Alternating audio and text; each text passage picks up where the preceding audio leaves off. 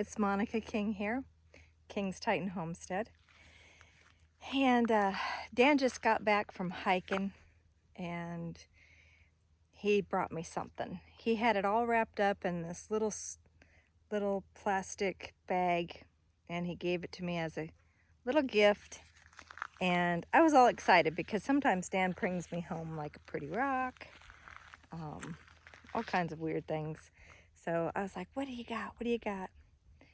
And today he brought me a heart-shaped prickly pear fruit.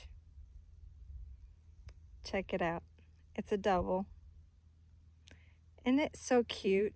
That is so cute. I wish I could save it. He found it. The prickly pear, for the most part, have already lost all their fruits. So you see there's one over there that's not quite 100% ripe, but it's got all kinds of bugs already busting into it. These are the ones right on our property, just a little ways from our garden. And there's one, look at that, there's one that fell off. Right there, fruit that fell off, didn't get eaten. That's what happened to this too. Dan said this was on the ground and he just happened to notice it. Heart-shaped prickly pear. I love it.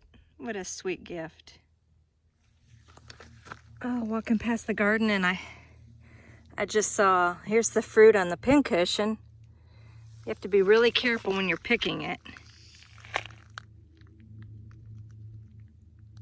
But it's really tasty.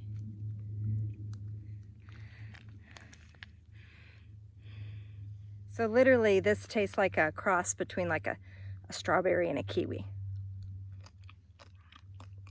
They're really good.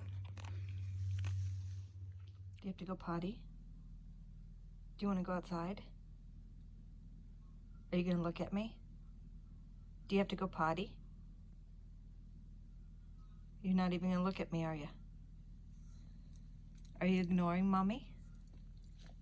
Oh, you don't want to go out, do you? Oh, okay. Okay, you don't have to.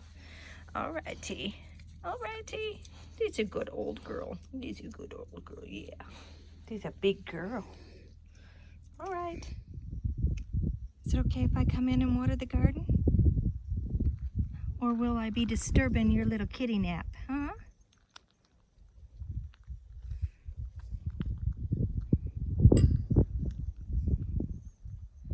What are you doing, goofball? You're halfway in and halfway out of the doghouse. Yes, you are. Oh, it's sleepy time. So, adding more projects to the house. Things I gotta do. I went on a bee inspection. I mentor quite a few people here in the Tucson Basin area. So I was checking some hives for a friend and he gifted me a couple of Vitex that he got started in this pot here. I need to separate them. I'll probably pull the little one out, and because they're so young, I will probably put them in the greenhouse that I need to get finished before winter comes. And then another friend of mine that I was working her bees, and she gifted me this red flame, an unknown fig, another red flame, and two more red flames right here. So those will go in the garden next spring. I'll probably just move them into the, like I said, into the greenhouse. And then when I was visiting down in Arivaca at the Autumn Festival, check out this beautiful fig. Got it from a friend of mine named Dave, who's a master gardener. He does a lot of cuttings. And this fig is called an Italian honey. Did you hear that? Honey. Italian honey. You know I had to get that. And just look at the size of that fig. I'm so excited. This one here is called a Chicago Hardy. And the story behind this is that The original plant is in a courtyard in Chicago, and it is a very old plant, that old fig tree that has survived for a long time. Thus it's called a hardy. And so I'm gonna give that one a try. This one, they say, likes, mentioned kind of likes partial shade, so I got to be careful with that one. All right, I'm not quite sure. These are all Seascape strawberries that had been doing really well until I kind of neglected them during the really busy season. And I'm not sure what this strawberry is. I just got it as a bonus in the Moss Rose pack that I had got. And for those of you who don't know, these moss roses produce really nice pollen for our pollinators. And so it's definitely something you want to add to your garden. Mine are looking a little sickly, but they're starting to bounce back. I just put these in, so I'm pinching back all the dead heading, and look at all the brand new, really cute, look at that. Isn't that a beautiful flower that's coming on? So just adding some more pollen sources, as one of the previous videos mentioned. I have to add supplemental pollens for this time of year because the desert is starting to get really low on food for the bees. There's quite a few things that are going to be coming in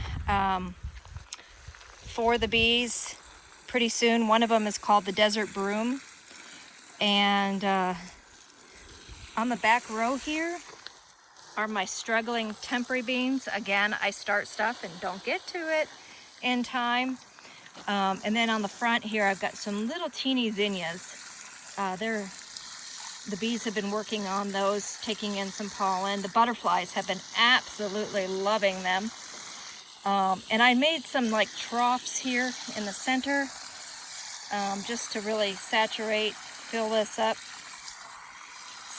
Because one of the ideas is that the temporary beans get planted after the monsoon, which I'm way behind on planting these temporary beans. So I'm not even sure if they're gonna give me anything, but there's a blossom right there. And so that's just my old horse trough that sprung a leak, and I just threw some plants in it. A sweet potato that sprouted in my kitchen. She's in here. Some stuff for the bees. My theory, if I'm already watering it for one plant, you might as well fill it up, because no sense in just coming and watering one thing. Have it nice and full so that it benefits everything that's struggling out here in the desert. What are you doing there, Mr. Spider? Better watch where I walk around here. Okay, in this garden bed, as you can tell, I only had one cinder block. I am building up to 2, but I don't have any extras right now. And I thought that I could get away with putting tomatoes in here. And I got very few tomatoes this year. This is the last one that is still struggling to survive, and with how green she is, and she's been putting off some beautiful, I think this is a midnight snack. So every now and then she puts off a really nice little cherry tomato that I snack on out here in the garden. So I'm kind of leaving her for now to see how she does. But what I did, if anybody can guess why the tomatoes did not do well, it is too shallow of a location for their root system. Tomatoes have deep roots. I did not give them deep roots. This is lined with a very old airbed that got a leak and I couldn't patch it. And so I put the airbed as a liner to help retain moisture along with all the cholla skeletons. And so the zucchini are happy with it. They don't care at all because they're a little bit more shallow root system. So what is more shallow? Greens. So in this row here, I planted the Fort Hook chard, and in this row here, I put in the Mizuna collard, or mustard, I'm sorry, mustard green. So the Mizuna is here. Now I'm going to water this in and pray that the birds don't get the seeds. So I'm out visiting Tina and checking her bees. We tried a queen introduction and she just felt as though there was something strange happening, so I came to check, and sure enough, she had noticed that she had a virgin out, but did not realize that the virgin did not have wings and so could never fly. But this sunflower cluster is just so stunning. The seeds are from her uncle who passed, and we think it's a mammoth sunflower, but look at how it's like a bouquet. And the bees are just loving it so much. And look at all the pollen. As the bees work, they're dropping the pollen on the leaves. This is just fabulous. What a great honor to her uncle to have such a green thumb following in his footprints. Another flower that Tina recommends this time of year is the Cape Honeysuckle. And as you can tell, the girls are really working into it. I'm sure that the hummingbirds really love this too. And I'm seeing butterflies also, but I just wanted to really focus on the honeybees, because what we do here in southern Arizona is we try to find things that will feed our bees during a dearth when there's nothing else out in the desert for them. And so this is a great plant to have. Again, this is the Cape Honeysuckle. And they are also on the Cosmos. What's fun with the Cosmos is all the different colors that are going on.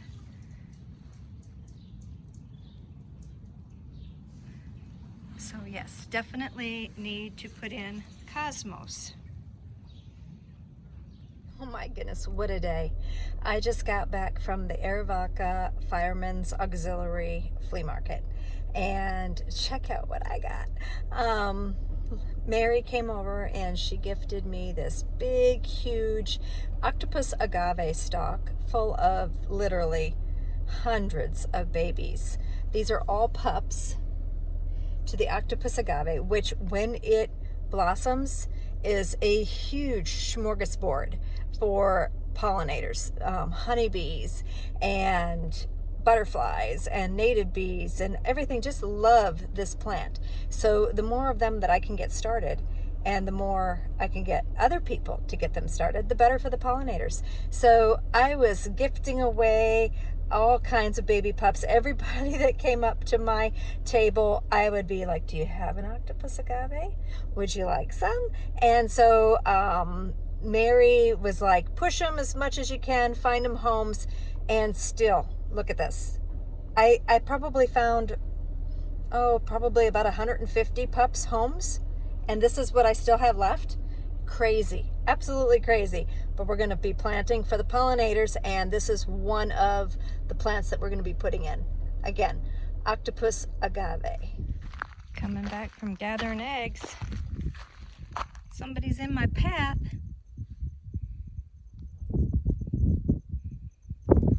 That tarantula. I think I'll move out of her way. Keep on going, little thing.